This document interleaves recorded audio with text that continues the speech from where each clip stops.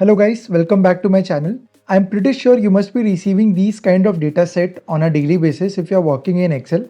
So this is nothing but this is just a report which I have received, and here we have the invoice number, name of the customers, what is the service which they have availed, the units, unit price and the total amount, and their payment due date and whether they have paid or not. So now once we receive this particular kind of data, there are certain activities which we need to perform before we even start with starting our data analysis. So it is very common that once you are receiving this particular file from any accounting software or from some other person, it is very likely that there will be some mistake or some formatting errors in this particular data.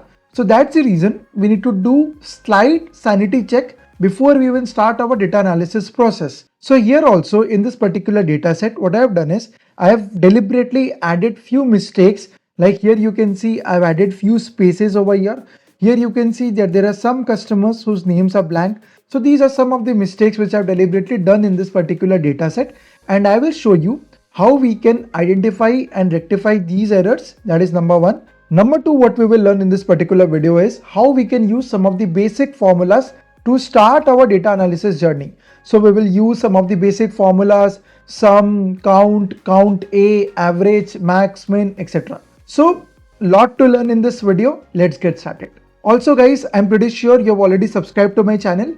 If you have not subscribed to this particular channel, I have already uploaded 2 videos on this particular Excel for Finance series. Make sure you watch that particular video after you have watched this video, because that will help you a lot to build up your base and what are the settings which you need to change in your Excel and many more. So we have this data set over here.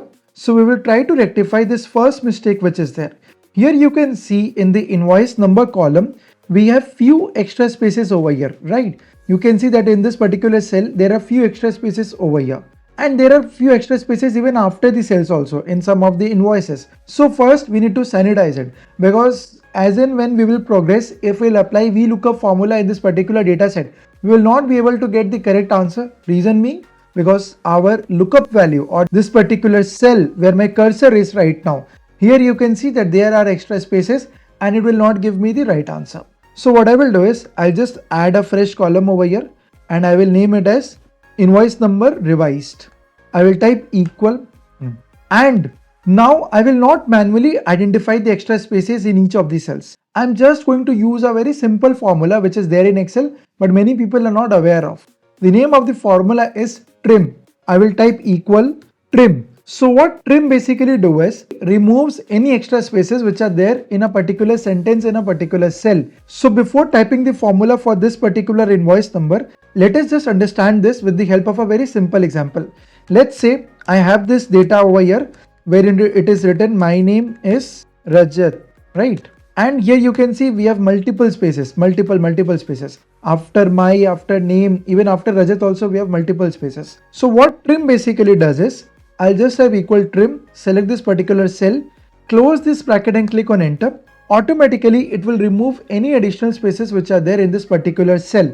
Like here you can see after my there were multiple spaces, it has reduced it to just one space which should be there in a particular sentence. So this is how trim helps us to sanitize our data. So here also I will just type equal trim, select this particular cell, close the bracket and click on enter. If there are no extra spaces, it will just give you the same output. But if there are extra spaces, you can see that here we are getting the corrected data. Our data is sanitized now. This is step number 1 which you need to identify in your data set. The second is, let's say in this customer name column, here you can see that there are many customers which are blank. Again, if you are going to use pivot tables, if you are going to use SUMIF or any other formula for that matter, this will not give you a right representation of your data. That's the reason you need to have at least some text over here on all of these blank spaces which are there. But again, as I encourage you to use automation as much as possible, I will not ask you to manually filter the blank spaces cells and then do your exercise. What I will tell you is a very simple trick which you can follow, and that will help you a lot in improving your day-to-day productivity in Excel. So what you need to do is just select the entire customer name column till whatever last cell it is there. Just select your entire name column. Now press on Ctrl G. Once you press on Ctrl G, here a dialog box will open up. Just click on specials over here. Over here, you can see you will get an option of blanks. Check on blank and click on OK. Now only blank cells are selected. You can see that everywhere across the column, wherever blanks are there, all the blank cells are selected. What I will do is, I will just type, let's say within a curly bracket, I will type missing names, right? So after writing the name, I will not press on enter. If I press on enter, this particular text which is missing name, that will get added only in this particular cell.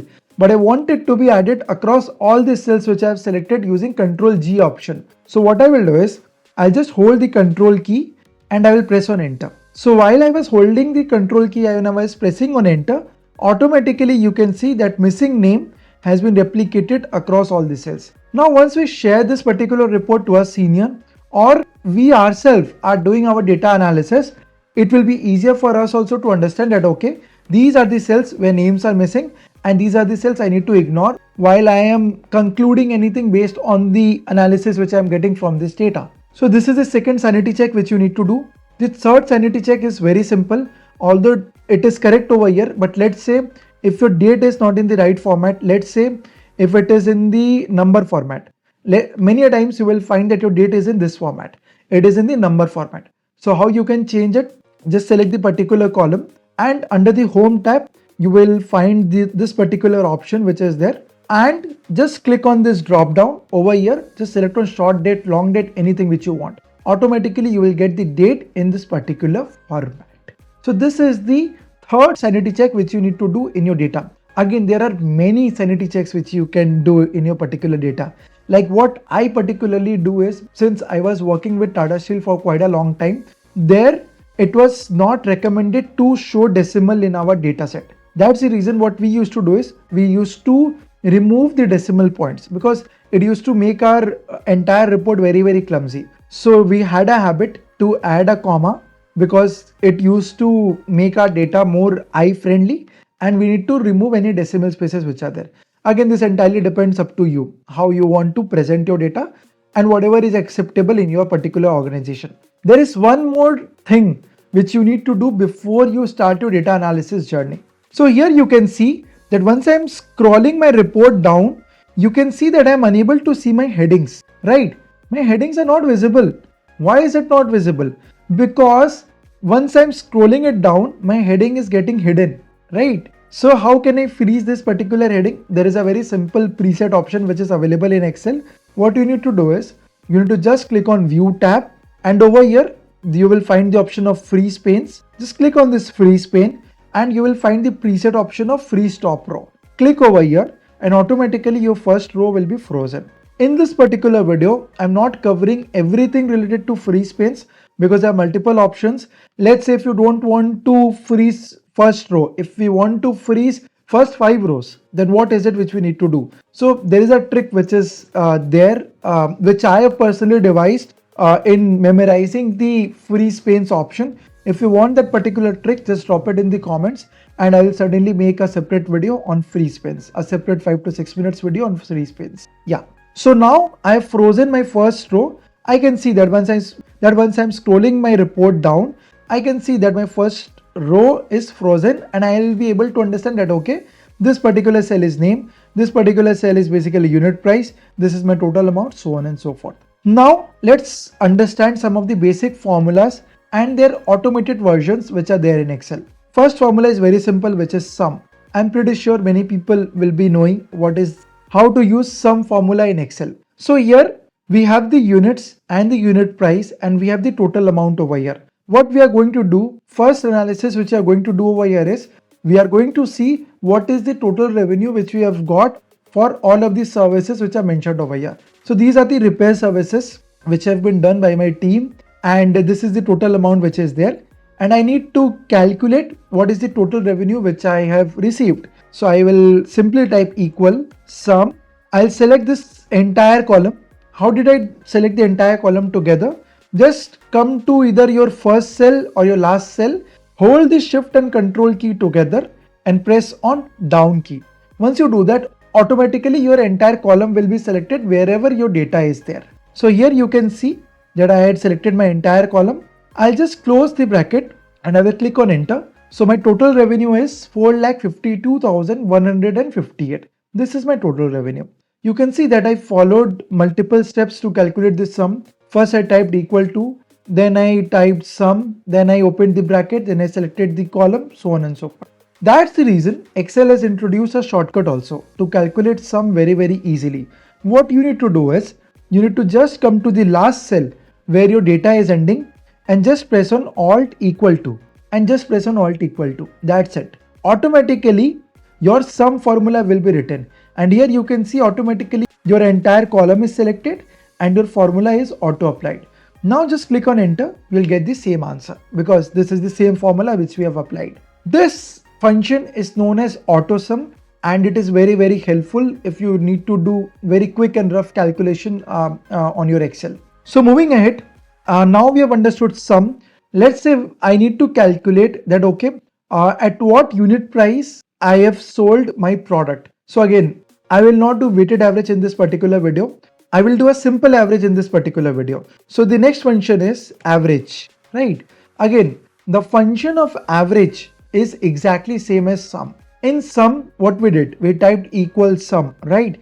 In average, what we will do is we'll type equal AVERAGE average. Let's say I want to do the average of unit price. I'll select the entire column and I will click on enter. So my average unit price for all the products is 303. So this is my average. Again, this is very simple. You can try it out. And sorry, I forgot to mention, you will get the link to download this particular data set on my description. So that's what make us different. That's what make our venture different, that we encourage students to solve the assignment along with us in order to make sure that this is a hands-on training and it is not just a one-way communication. That's the reason we encourage you to download this particular file and make sure that we'll solve all the functions which I am teaching you on this particular video. So our average is done. Next is count. So I am pretty sure that if you have been using Excel even for 4 to 5 years, you don't know the difference between count and COUNTA.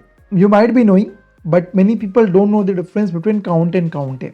There is a very simple difference between count and COUNTA. So what is the meaning of count?